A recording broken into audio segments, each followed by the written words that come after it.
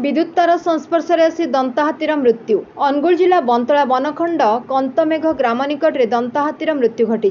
दिनकू दिन अनुगुल जिले में हाथी मनीष लड़ई बढ़िबारे लगी। केबे हाथी मनीष को कचाड़ी मारुची तो केबे मनीष हाथी को करेन्ट किंबा गुली करी मारी देउछि। आज सकाळ समय गोटे दंताहाती कंतमेघ ग्राम निकट में मरी पड़िथिबा ग्रामवासी माने देखि वन विभाग को खबर देथिबा बेले घटनास्थल में वन विभाग पहुंचीथिबा सूचना मिली। घटना घटी अनुगुल जिला बंतला थाना अंतर्गत तलगड़ ग्राम पंचायत कंतमेघ ग्राम में। बंतला रेंजर कहवा अनुଯାयी से सोमवार सकाळे गोटे दंताहाती मरी पड़िथिबार खबर पाइथिले। घटनास्थल में पहुंची देखिले कि जड़े व्यक्ति तांको कदली बगीचा को सुरक्षा पाई घर करेन्ट देथिले। तेणु राति रे हाथीटी खाद्य अन्वेषण पाई आसी विद्युत तार लगी मृत्युवरण करिछि। तेणु वर्तमान पर्यंत अभियुक्तଙ୍କ नाम रेंजर जणाई नथिबा बेले तदंत चलथिबा कहिसंती। मृत दंताहातीर अनुमानिक बयस 30-35 वर्ष हेबो बोली सूचना मिली। Bureau report Ekamra news agency.